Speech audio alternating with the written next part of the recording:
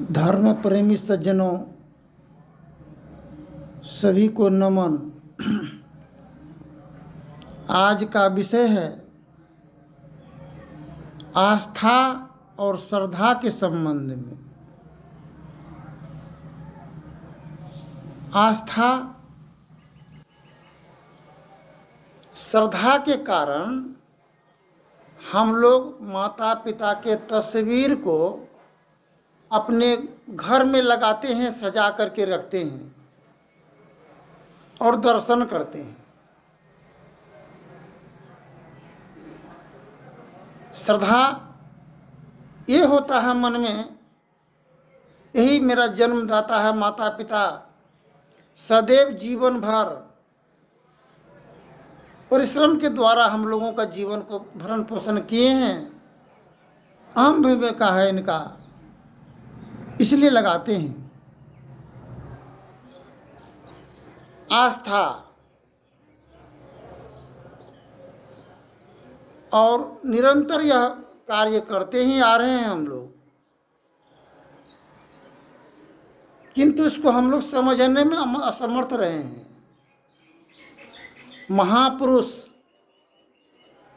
देवी देवता और माता पिता गुरुजनों में अंतर है।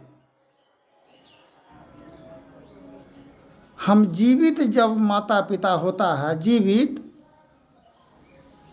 सरकार तो वृद्धजनों को पेंशन देता है, हम लोग वृद्धजन माता पिता को हम लोग टेंशन देते हैं, फ्रिक्शन देते हैं, अत्याचार करते हैं और जुल्म ढाते हैं, विवश मोहताज कर देते हैं। जीना दुश्वार हो जाता है और वो अंत गति को प्राप्त करता है कलट करके, और उस अंत समय में उसका जो क्रोध भाव है, विरोध, वह उनके संचित होता है उनके तस्वीर में। और हम उनका तस्वीर को लगाते हैं। जितना जलन भाव बाल बच्चों के प्रति माता पिता को कष्ट जब देता है बाल बच्चा, उतना क्रोध जो बरसाते हैं, वह क्रोध और विरोध उस तस्वीर के अंदर में संचित रहता है। मन की अरमान और आशा और भरोसा दमनकारी व्यक्तियों का मरने पर भी हजारों दिलों में जिंदा रहता है। ठीक इसी प्रकार दमन भाव उस तस्वीर में संचित होता है। तो हम लोग फिगर को मानने में लगे हुए हैं, यही हमसे भूल हो रहा है। हम लोग 5 भाई हैं, बहन हैं, तो उन्हीं का यह जिगर है, अंश हैं, वंश हैं, उनका सौंदर्य रूप का अभिन्न अंश है हम लोग। हम उनको अगर सम्मान देने लगेंगे तो मृतक माता पिता को स्वतः ही शांति प्राप्त हो जाएगा और उनके अंतर हृदय से जो क्रोध बरसने वाला है, तस्वीर के द्वारा हम लोग घर में तस्वीर लगा करके रखते हैं, फिर भाई भाई में लड़ते हैं, बहन से लड़ते हैं, स्त्री पुरुष की विवाद होता है, कहर बरसता है घर परिवार में, पूजा व्रत उपवास भी करते हैं, किंतु शांति नहीं मिलने के कारण हम लोग बाबा धाम काशी मथुरा जाते हैं, वहाँ भी नहीं मिलने पर इसको ढूंढते हैं। आखिर बात क्या है? जिन ढूंढा तिन पाइयाँ, गहरी पानी पैठ, बक बेचारे क्या करे वो रहे किनारे बैठ। तो संत महापुरुष और माता पिता, माता पिता का जिगर ही फिगर है। फिगर तस्वीर बनाए और उसको हम हर प्रकार की धूप अगरबत्ती जला दें, भोग लगा दें, तो क्या तस्वीर खाएगा, फोटो खाएगा? उन जिगर के अंश में, वंश में उनका आत्मा का वास है। माता पिता अंत गति को प्राप्त हुए और हम एक भाई से हम नफरत अगर करते हैं, तो जीवित में माता पिता को दुख होता है अगर एक भाई को कष्ट देता है, उसके बाल बच्चों को अपने घर आंगन में पोता पोती को आने जाने से वंचित करता है, मना करता है, तो उस समय में माता पिता को तकलीफ होता है। और अंत समय में हम जो उनका कार्य है, विचार के अनुकूल हम नहीं चले, माता पिता का विचार आखिर है क्या?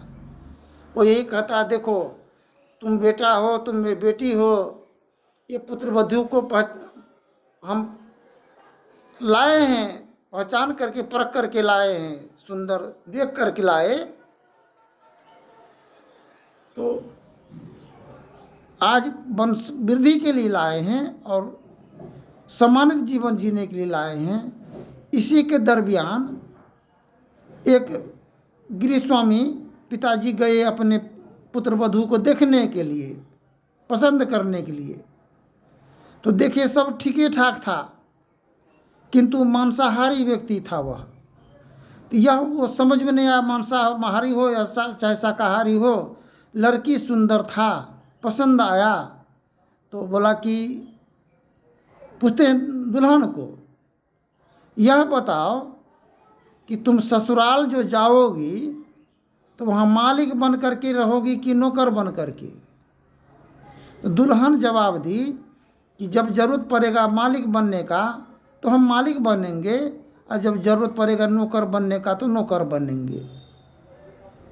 ससुर को पसंद आ गया यह बात।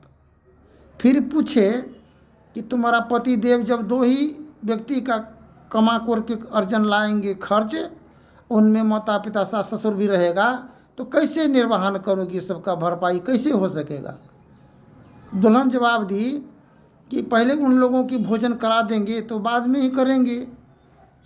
तो ये दो बात से ससुर को मन में जच गया लड़की, तो बिना दहेजे का विवाह शादी कर लिया। सोचा कि दहेज अगर लेंगे तो आगे चल कर के दहेज बहुत बड़ा दुखदाई होता है, उल्हाना सहना पड़ता है। माता पिता को ऐसा देखा गया है कि नीचे पत्तल में खाना दिया जाता है और उसको बहिष्कार किया जाता है, क्योंकि उसके बाप से जबरदस्ती पैसा लिया, माल गरू बकरी मुर्गा जमीन जायदाद बेचवा करके सैकड़ा 10 टका सैकड़ा पर सूद भी ब्याज ले करके तो शादी विवाह करते हैं। तो वो कहर और परेशानी का और तबाही का लड़की के मन अंतर हृदय में वह बसा होता है, और जब पुनः जब ससुराल जाती है तो एकाएकी करके सभी से बदला लेने के लिए ठान लेती है कि इसलिए घर में तबाही होता है।